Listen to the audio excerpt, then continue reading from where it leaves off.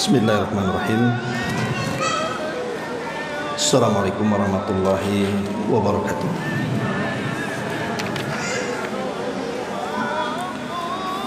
Alhamdulillah wassalatu wassalamu ala rasulillah wa ala alihi wa sahbihi wa mawalah wa la hawla wa la quwata illa billahi wa ba'du. Alhamdulillah di siang ini kita bisa berkumpul kembali di Masjid Nurul Hidayah. Salawat dan juga salam kita hadiahkan kepada Rasul kita Nabi besar Muhammad sallallahu alaihi wa alihi wasallam. Baik, kita lanjutkan kajian kita, masih membahas kitab 175 Jalan Menuju Surga, dan kita masuk pada poin ke-30 tentang keutamaan akhlak mulia. Dan sesungguhnya akhlak mulia adalah satu di antara sebab masuk surga. Di sini Nabi sallallahu alaihi wasallam mengatakan, inna min khiyarikum ahasinakum akhlaqo. Sesungguhnya orang-orang yang terbaik di antara kalian adalah orang-orang yang paling mulia akhlak. Kemudian an Abi Hurairah qala su'ila Rasulullah sallallahu alaihi wasallam an aktsari ma yudkhilun nasal jannah faqala taqwallahi wa husnul khuluqi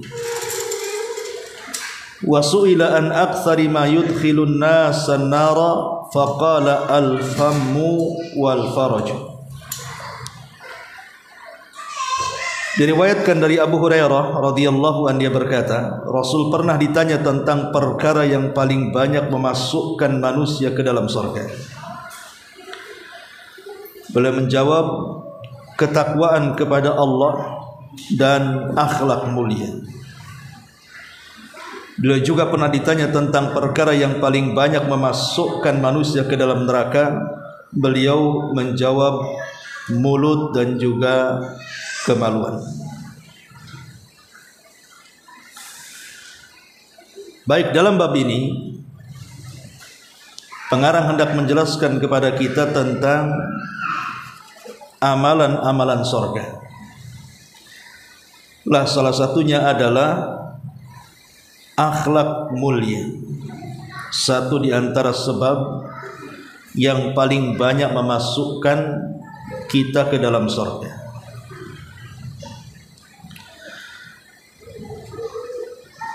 Kita tahu bahwa agama yang diturunkan Allah kepada kita, inti kandungannya adalah mengajarkan adab dan akhlak. Makanya Nabi sallallahu alaihi wasallam mengatakan, bu'ithu liutammima makarimal akhlak. Aku diutus untuk menyempurnakan akhlak manusia. Karena agama ini secara keseluruhan adalah akhlak. Lah, akhlak sendiri terbagi menjadi beberapa bagian. Pertama, al-adabu ma'allah, berakhlak kepada Allah subhanahu wa ta'ala.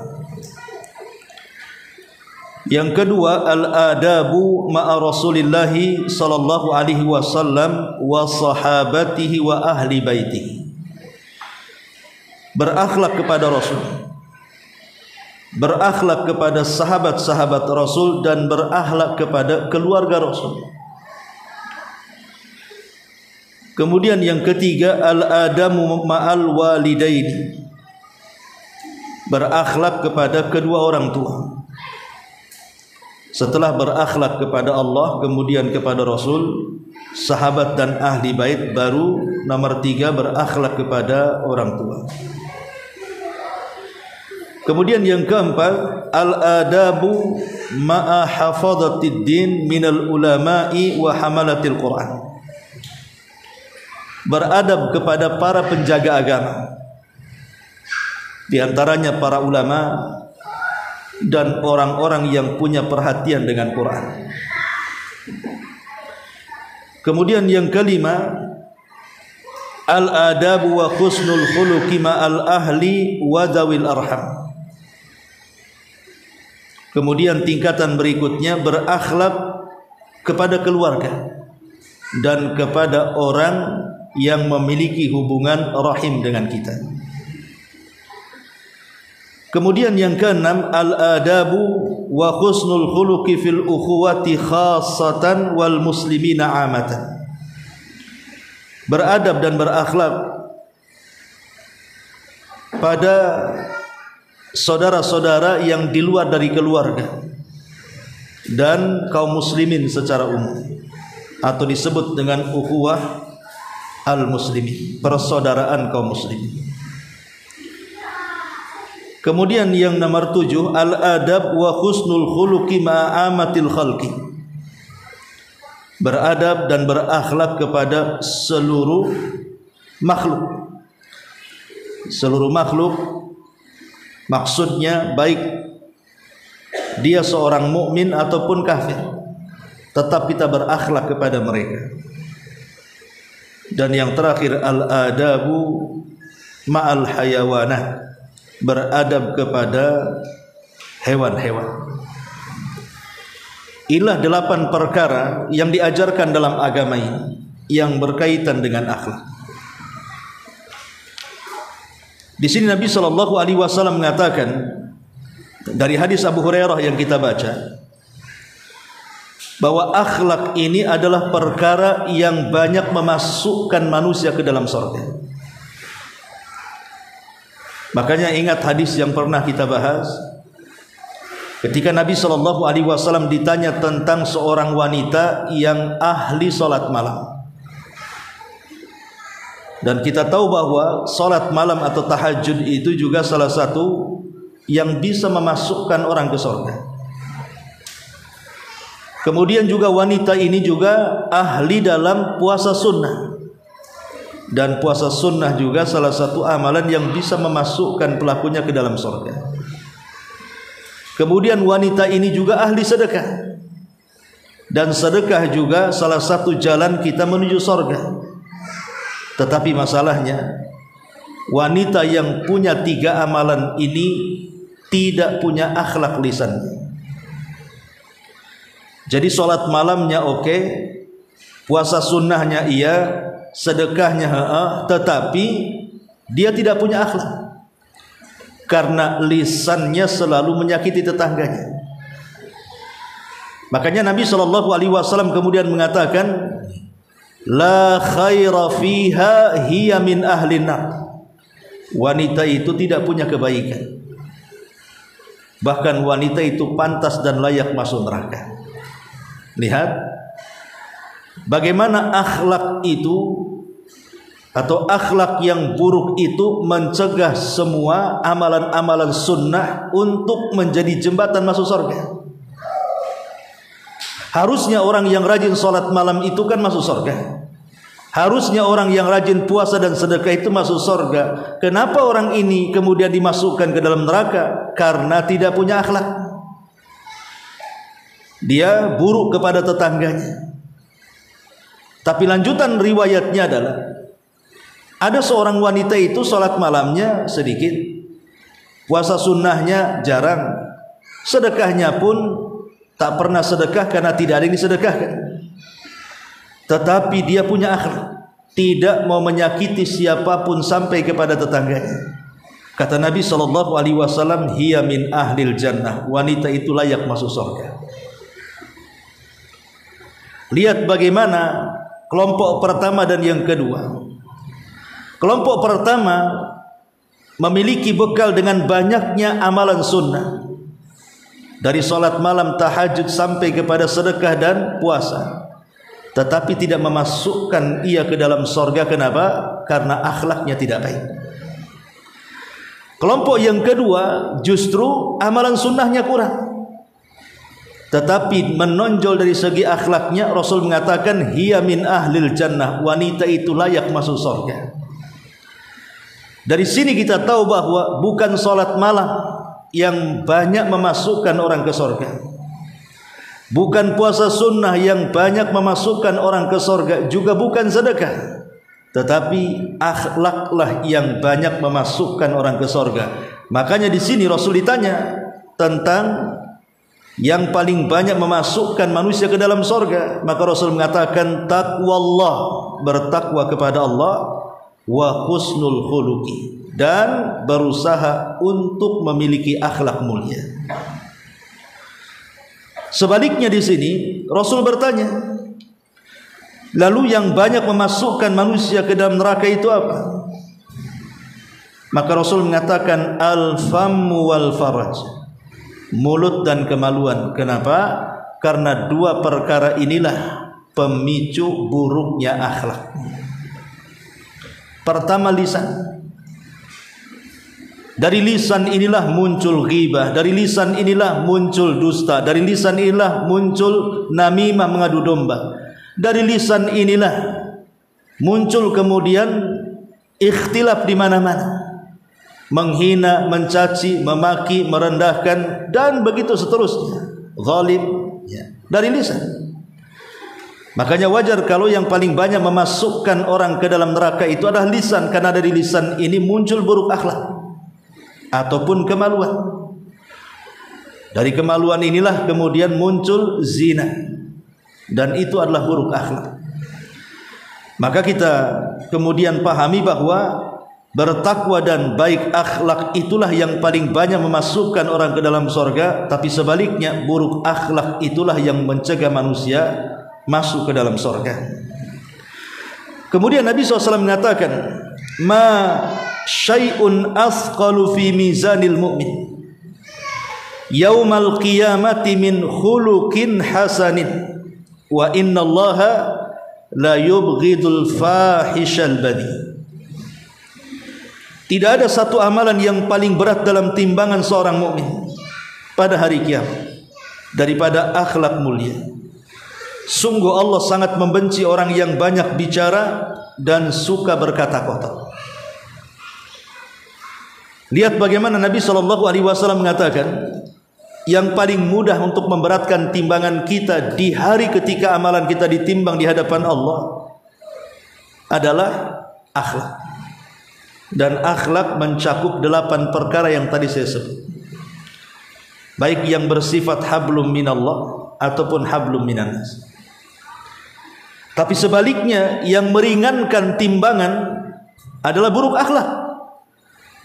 Makanya Rasul mengatakan Allah sangat membenci orang yang banyak bicara lagi berkata-kata kotor, karena kedua perkara itu ciri orang yang tidak berakhlak. Kemudian Nabi SAW juga mengatakan, innal mu'mina la yudriku bi husni khuluqihi darajatas sa'imil qa'im. Sesungguhnya seorang mukmin akan mendapatkan tingkatan seseorang yang selalu berpuasa dan salat malam dengan kemuliaan akhlaknya. Subhanallah, tadi saya sudah sebutkan bahwa terkadang sorga itu tidak bisa diraih, maksudnya sorga dalam tingkatan tertentu itu tidak bisa diraih dengan hanya sekedar puasa, dengan hanya sekedar salat malam, tetapi hanya bisa diraih dengan akhlak.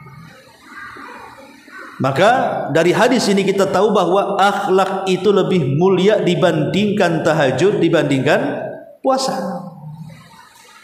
Jadi akhlak itu lebih luhur, lebih tinggi dibandingkan orang yang sepanjang malam dia tegak berdiri menghadap Allah untuk tahajud, atau orang yang sepanjang hari menahan lapar berpuasa sepanjang harinya. Kenapa demikian pertanyaannya? Kok bisa? Ulama membagi ibadah itu ada 2. Ada ibadah yang sifatnya lazim, ada ibadah yang sifatnya muta'addi. Ibadah yang sifatnya lazim artinya manfaatnya kembali kepada orang yang melakukan ibadah. Tetapi ibadah yang bersifat muta'addi, manfaat ibadahnya bukan hanya kepada diri sendiri, tetapi kepada orang lain juga. Lah salat malam ataupun puasa, manfaatnya ke siapa? Ya ke yang berpuasa.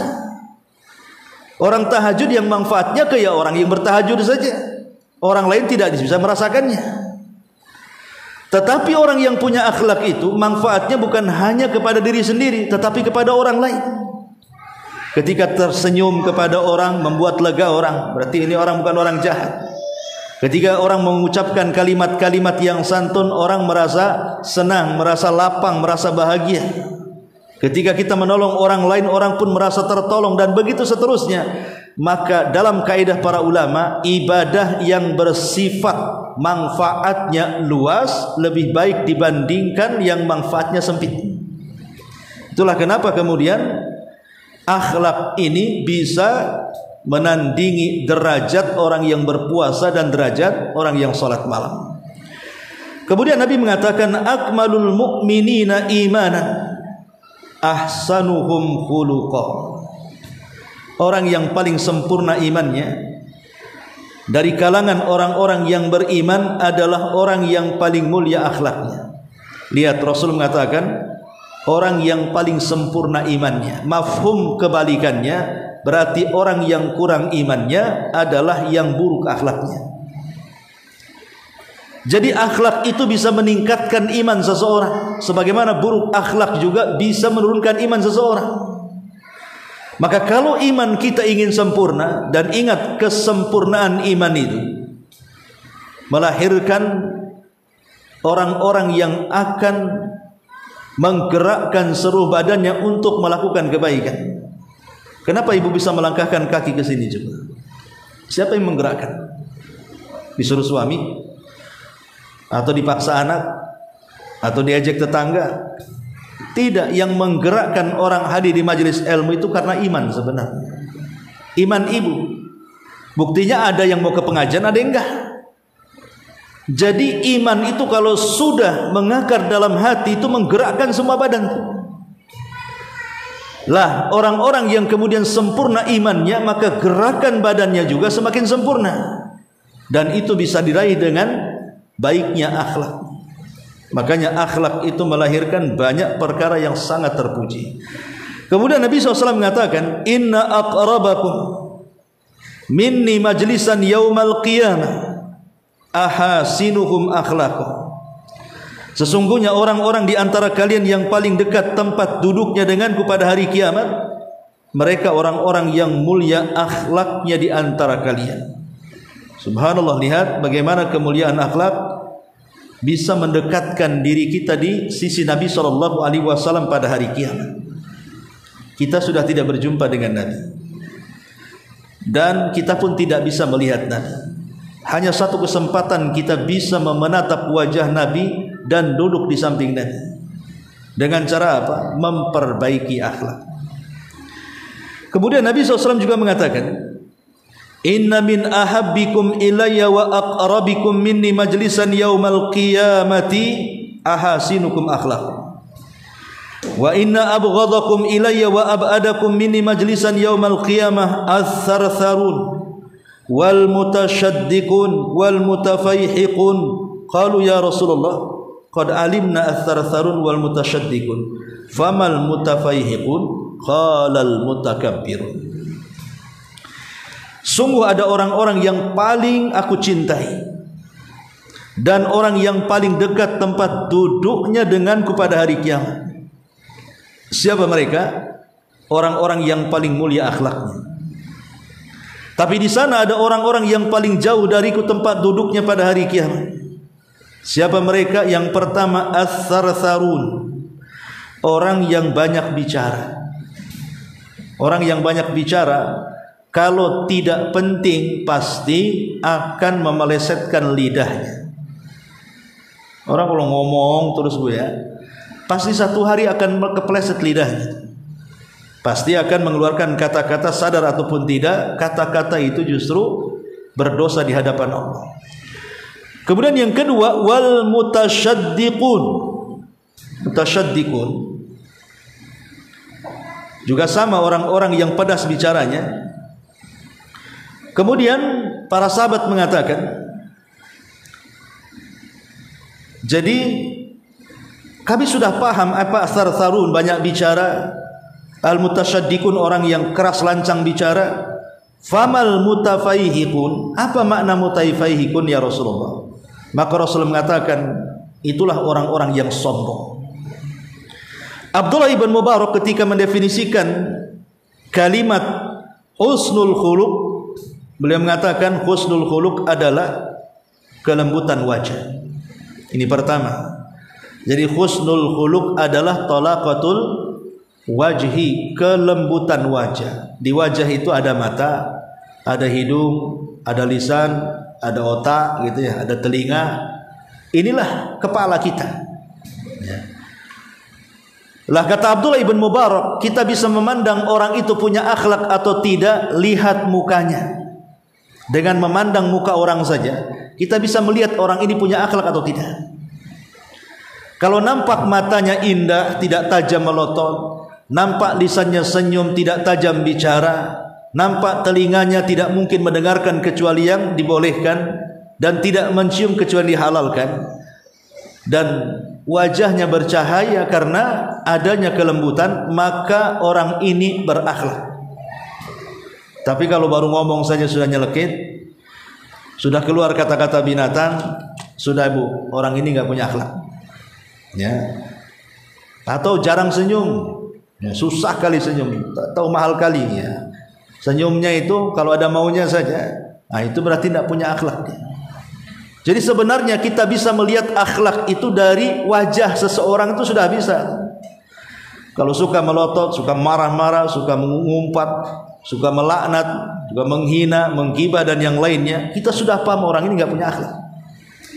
Ini kata Abdullah ibn Mubarak. Yang kedua, menyebarkan hal yang ma'ruf, artinya menyebarkan hal yang baik, badlul ma'ruf. Suka menolong orang, nampak ada sesuatu di jalan ini membahayakan, langsung dibuang gitu.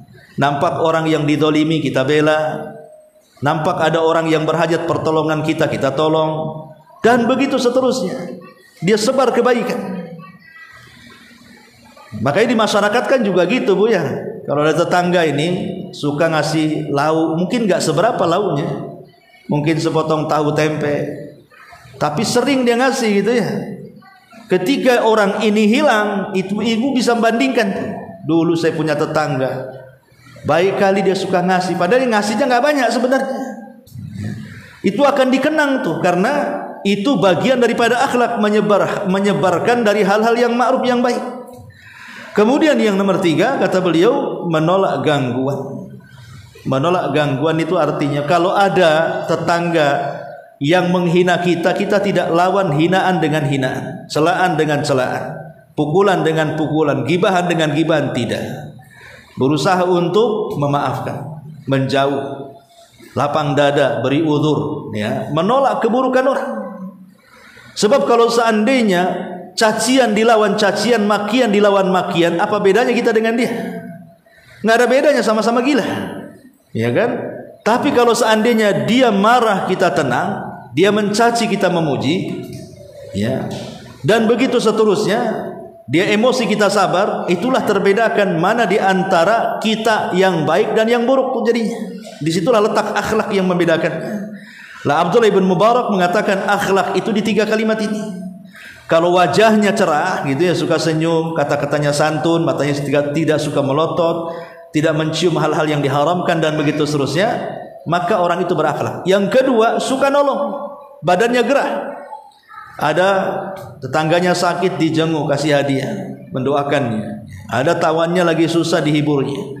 Ada barang-barang yang mencelakakan orang, diselamatkannya, dan begitu seterusnya. Termasuk juga menolak gangguan kejahatan, tidak membalas kejahatan dengan kejahatan atau mencegah kemungkaran.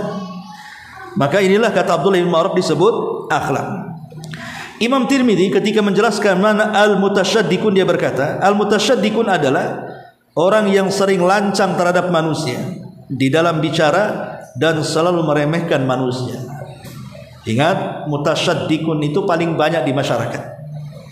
Orang yang mulutnya lancang, kalau bicara itu merendahkan orang, itu banyak sekali. Padahal orang yang seperti ini adalah orang yang paling jauh dengan Nabi tempat duduknya di neraka. Banyak orang-orang yang suka melaknat seperti itu. Ya mungkin kalau ibu ya Yang sudah ngaji mungkin nggak pernah dengar lah, karena sesama orang ngaji mungkin kalimatnya juga diperhatikan ya. Marah-marahnya orang ngaji pun tidak seperti orang awam di luar ya. Tapi saya lihat orang-orang awam gitu yang nggak pernah hadir di majelis ilmu dan belum hijrah, ngeri bu kalau ngomong tuh.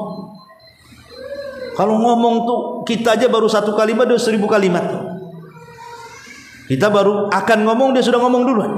Belum lagi bahasa yang tidak tertata, belum lagi kemudian bahasa yang menyakitkan. Itu udah biasa di masyarakat tuh, kalimat-kalimat binatang, kalimat umpatan, celaan dan begitu seterusnya. Mereka tidak paham bahwa ini penyebab mereka akan dijauhkan dari Rasul. Kenapa dijauhkan dari Rasul? Karena Rasul tidak suka dengan orang yang tidak berakhlak. Rasul itu suka dengan orang-orang yang berakhlak. Masyarul muslimin dan muslimat yang dimuliakan Allah Azza wa Jalla, baik kita kembangkan. Kita tahu bahwa tadi saya sudah katakan di awal, Islam ini mengajarkan kepada kita seluruhnya adalah akhlak, termasuk rukun Islam. Mulai dari syahadat, salat, puasa, zakat, haji, itu semua mengajarkan akhlak. Contoh haji. Haji tidak mungkin diterima kalau ketika haji kita tidak berakhlak. Kata Nabi SAW, man hajjal baita falam yarfus walam yafsuq raja'a ka yaumin waladathu ummuh. Siapa yang haji tapi dia berusaha ketika haji itu menjaga lisannya, berarti dia berakhlak dengan lisannya, menjaga anggota badannya, tidak melakukan kefasikan, maka dia pulang ke rumahnya dari manasik hajinya seperti anak yang baru dilahirkan dari orang tuanya, artinya tidak punya dosa. Berarti kalau kita pahami hadis ini, barang siapa yang ketika haji tidak bisa menjaga lisannya dan tidak bisa menjaga perbuatannya dari kefasikannya, maka dia tidak seperti bayi yang dilahirkan dari perut ibunya. Maksudnya bayi yang dilahirkan kan tidak berdosa, hilang dosanya ya. Menunjukkan bahwa pahala dan tidaknya haji itu ditentukan dengan akhlak. Yang kedua, contoh yang lain, puasa. Nabi SAW mengatakan, rubba sa'imin laisa lahul jaza illal ju' wal atas. Berapa banyak orang yang berpuasa itu tidak mendapatkan apapun kecuali lapar dan dahaga. Kenapa? Karena dalam hadis yang lain, mereka belum mampu meninggalkan kemaksiatan kepada Allah. Seperti ketika puasa dia berdusta, ketika puasa dia ghibah, ketika puasa dia menipu, merendahkan, menghina dan yang semacamnya. Memang itu tidak membatalkan puasa secara sah dan tidaknya, karena itu bukan pembatal-pembatal puasa, tetapi itu bisa menggugurkan pahala.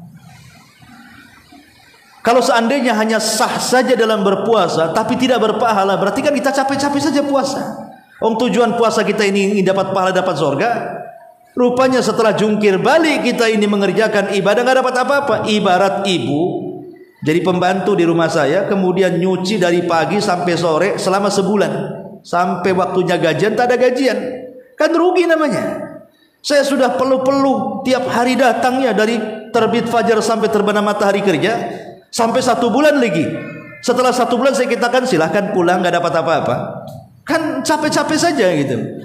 Inilah menentukan bahwa akhlak itu juga menentukan amalan puasa.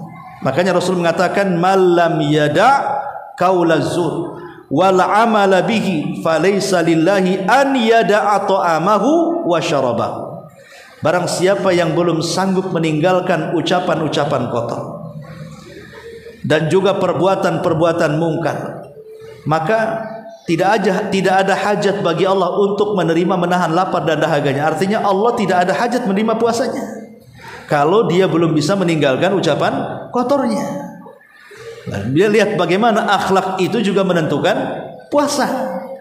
Dengan kata lain, puasa melahirkan akhlak. Dengan kata lain, haji melahirkan akhlak, supaya haji dan puasa diterima. Begitu juga salat. Allah mengatakan, inna salata tanha anil fahsya'i wal munkar. Sesungguhnya salat itu bisa mencegah perbuatan keji dan mungkar. Perbuatan keji dan mungkar itu adalah sesuatu yang tidak ada akhlak. Tetapi dengan salat bisa dicegah tuh akhlak-akhlak buruk dan menjadi akhlak yang baik. Jadi salat itu juga melahirkan akhlak. Apalagi zakat. Zakat jelas Allah mengatakan wa yuzakkihim khudh min amwalihim shadaqatan wa tutahhiruhum wa tuzakkihim biha. Khudh min amwalihim shadaqah. Ambillah dari harta mereka sebagai zakat. Sedekah di sini maksudnya zakat. Yang bisa tutahhiruhum wa tuzakkihim biha, membersihkan hati dan membersihkan dosa. Akhlak yang inti itu dalam hati, kemudian diaplikasikan dalam perbuatan, apalagi syahadat. Intinya bahwa rukun Islam itu mengajarkan akhlak, karena memang agama Islam itu secara keseluruhan adalah akhlak, sebagaimana yang saya sudah sebutkan di awal, 8 perkara seseorang itu harus berakhlak. Akhlak kepada Allah, jelas mentauhidkan Allah dan tidak menyekutukannya. Yang kedua, akhlak kepada Rasul. Artinya kita membenarkan apapun yang dihabarkan, melaksanakan apapun yang diperintahkan, menjauhi apapun yang dilarang, dan tidak melakukan sebuah syariat kecuali yang telah disyariatkan dia dari Allah Subhanahu wa taala. Itu akhlak kepada Rasul. Kemudian akhlak kepada orang tua, ma'ruf. Tidak melawan, tidak mengatakan apalagi memukul, dan begitu seterusnya. Ini semua adalah akhlak-akhlak yang mulia. Wallahu alam. Inilah pembahasan kita dari kitab 175 Jalan Menuju Surga. Baik, sebelum saya tutup, kita buat tanya jawab. Silakan.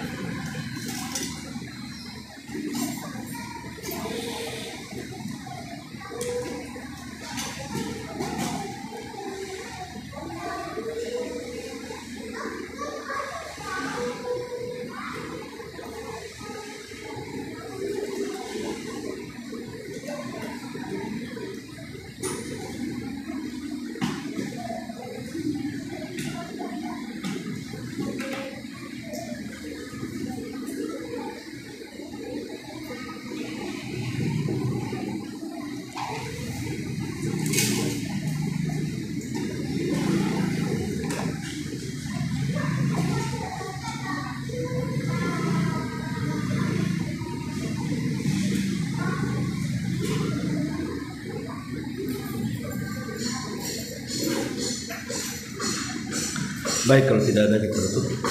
Subhanallah bihamdika asyhadu an la ilaha illa anta astaghfiruka wa atubu ilaik. Allahu ta'ala alam. Assalamualaikum warahmatullahi wabarakatuh.